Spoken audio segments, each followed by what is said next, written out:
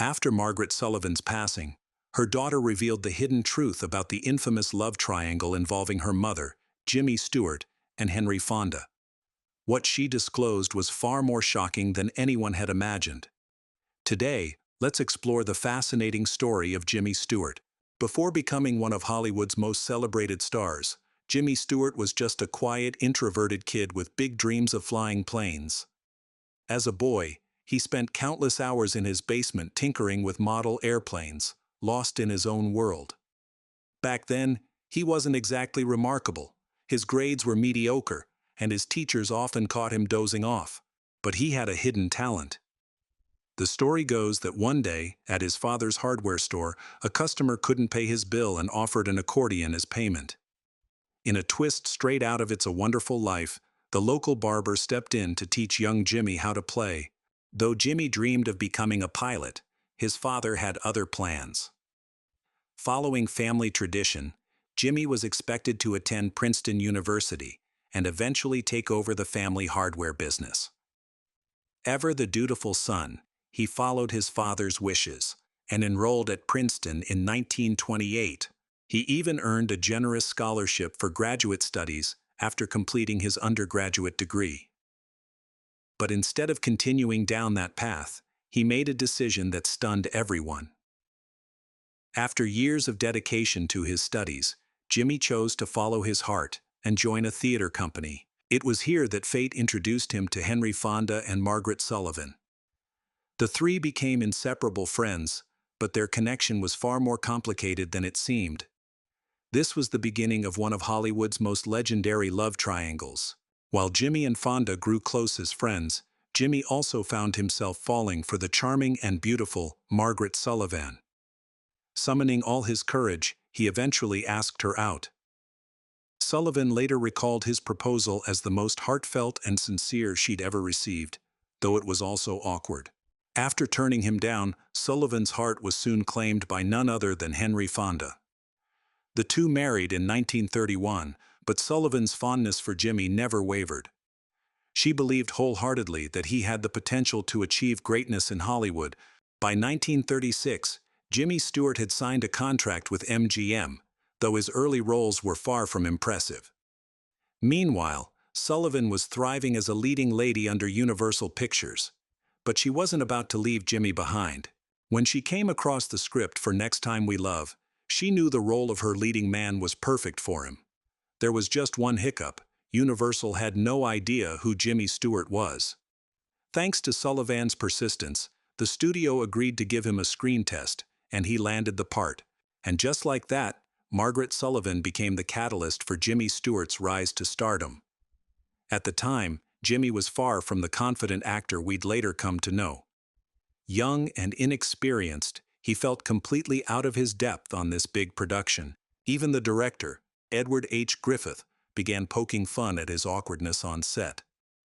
Determined to help him improve, she took it upon herself to coach him in the evenings.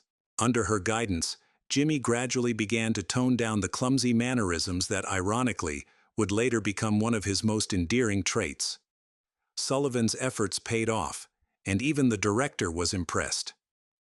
MGM's Bill Grady, stunned by Jimmy's transformation, reportedly said the actor returned to the studio as a completely different person. But just as things seemed to be turning around for Jimmy professionally, he faced personal disappointment.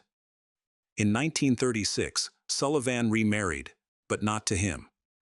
Coincidence? Maybe, but it definitely raised some eyebrows.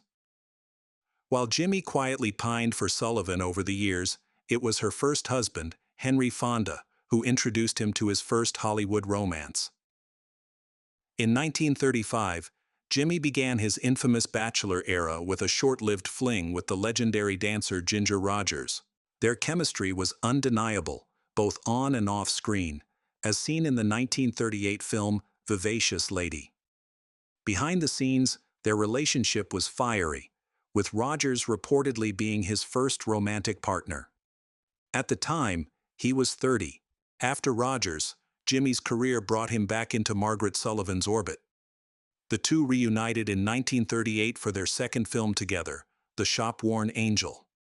it is impossible not to notice that the affection Jimmy had for Sullivan went beyond just work.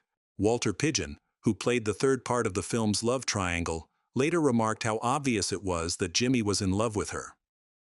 During the filming of The Shop-Worn Angel, Jimmy was also seeing another Hollywood star, Norma Shearer. Their passionate fling lasted 6 weeks. Loretta Young, known for her beauty and virtuous reputation, was next in line. While she fell hard for Jimmy, it became clear he didn't feel the same way. Predictably, their relationship fizzled out, leaving Young heartbroken. Jimmy, however, wasn't ready to settle down just yet. Life as a bachelor was far too tempting, offering endless opportunities. The next leading lady in Jimmy Stewart's life was Marlene Dietrich, and their affair was as scandalous as it was short-lived. The two grew close while filming Destry Rides Again in 1939, despite the fact that Dietrich was married. However, their romance came to an abrupt and dramatic end when Dietrich revealed she was pregnant. Jimmy, far from overjoyed, expressed his desire for her to terminate the pregnancy. Dietrich went through with the abortion, but the relationship was irreparably damaged. By the time filming wrapped, Jimmy had cut ties for good, leaving Dietrich heartbroken. In her memoir, she barely mentioned Jimmy, dismissing their affair as insignificant in a manner that painted him as just another fleeting romance in her life. It was a cold that painted Jimmy as just another fleeting romance in her life. By 1940, while his love life remained rocky, his career was soaring to new heights. That year turned out to be a major turning point for Jimmy professionally.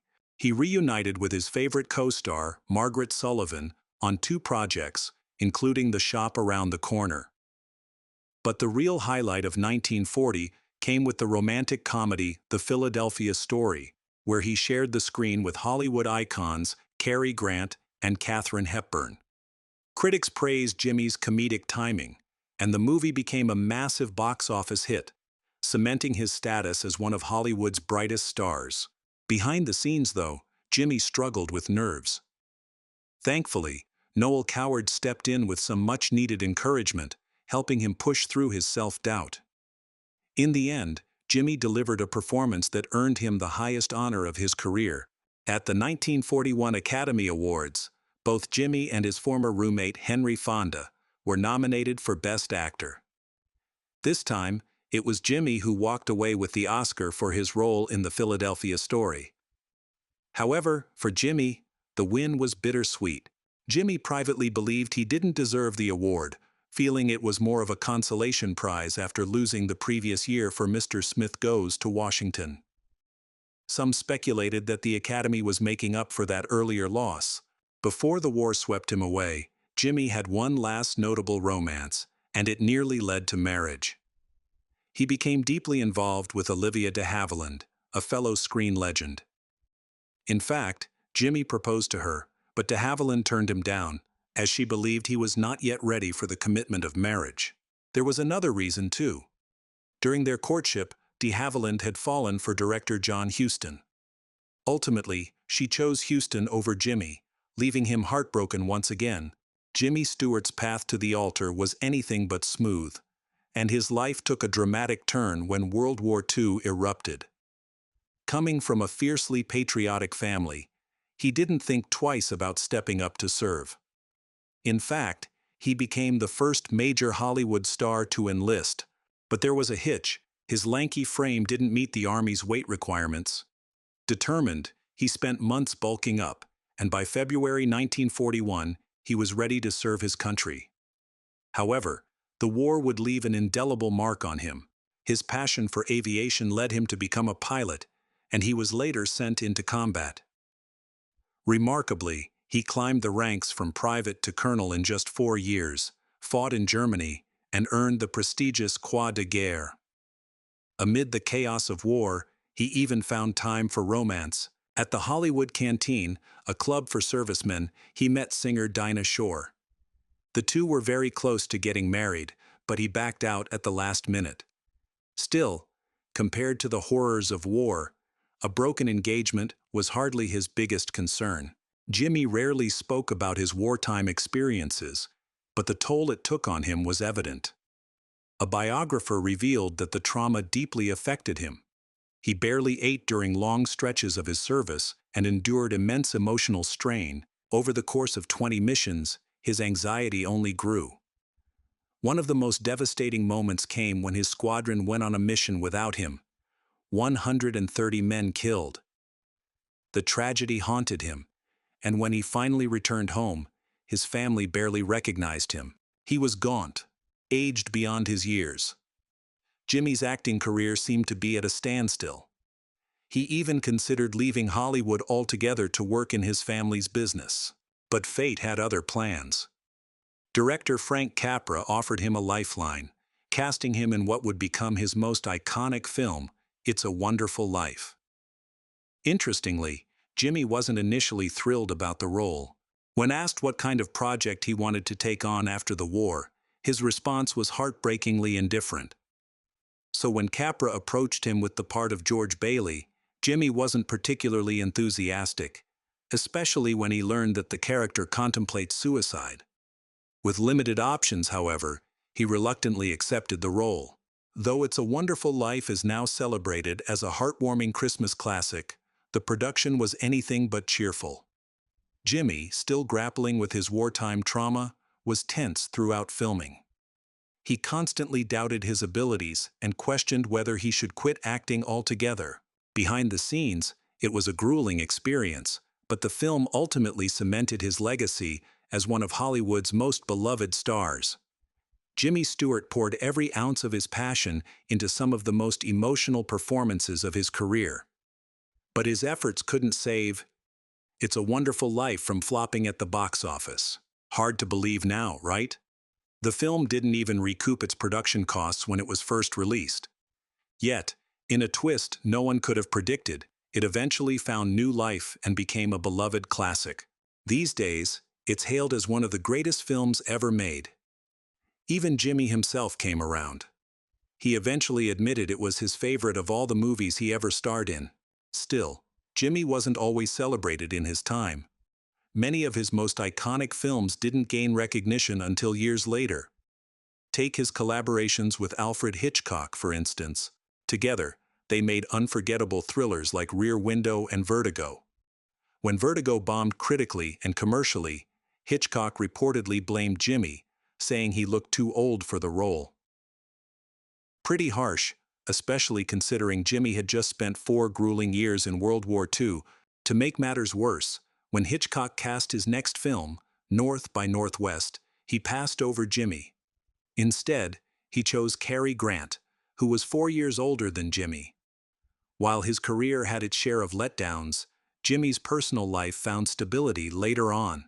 Known as quite the ladies' man in his younger days, Jimmy finally settled down in his 40s when he met Gloria Haytrick MacLaine. Their first meeting, at a Christmas party in 1947, didn't exactly go smoothly. Jimmy had a bit too much to drink. But fate gave him a second chance. A year later, at a dinner party hosted by his friend Gary Cooper, Jimmy met Gloria again. This time, he managed to win her over.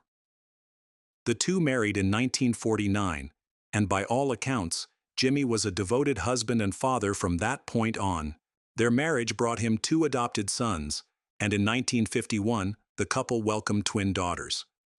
Jimmy, a proud veteran of World War II, had hoped his sons would follow in his patriotic footsteps. Tragically, his eldest son, Ronald, died in Vietnam in 1969, a loss that deeply affected Jimmy. And that wasn't the only grief he endured. Nearly a decade earlier, in 1960, Jimmy lost someone who had once meant a great deal to him, Margaret Sullivan. Sullivan lost her hearing and eventually succumbed to a mental breakdown. His wife later admitted that he was never quite the same after losing Sullivan. Jimmy's heartbreak didn't stop there. He outlived Gloria too, and her death left a void he never truly filled. Despite these personal tragedies, his reputation has largely remained untarnished, though one surprising revelation did surface after Sullivan's passing. In a memoir written by Sullivan's daughter Brooke, it was revealed that Sullivan and Jimmy had secretly carried on a year-long affair. This occurred during her marriage to Jimmy's close friend, Henry Fonda. It was a hidden chapter in the life of a man whose public image was otherwise wholesome and dignified. Through it all, successes, failures, love, and loss, Jimmy Stewart's life was as complex and layered as the characters he so brilliantly brought to the screen. After losing his wife Gloria in 1994, the actor struggled with heartbreak. Just 3 years later, he passed away from heart failure. However, his final moments weren't lonely, as his loved ones were by his side, and the entire nation grieved his loss. Even President Bill Clinton referred to him as a national treasure, an exceptional actor, a true gentleman, and a devoted patriot. Thank you for listening to Jimmy Stewart's story. If you found it interesting, don't forget to like and subscribe. See you next time.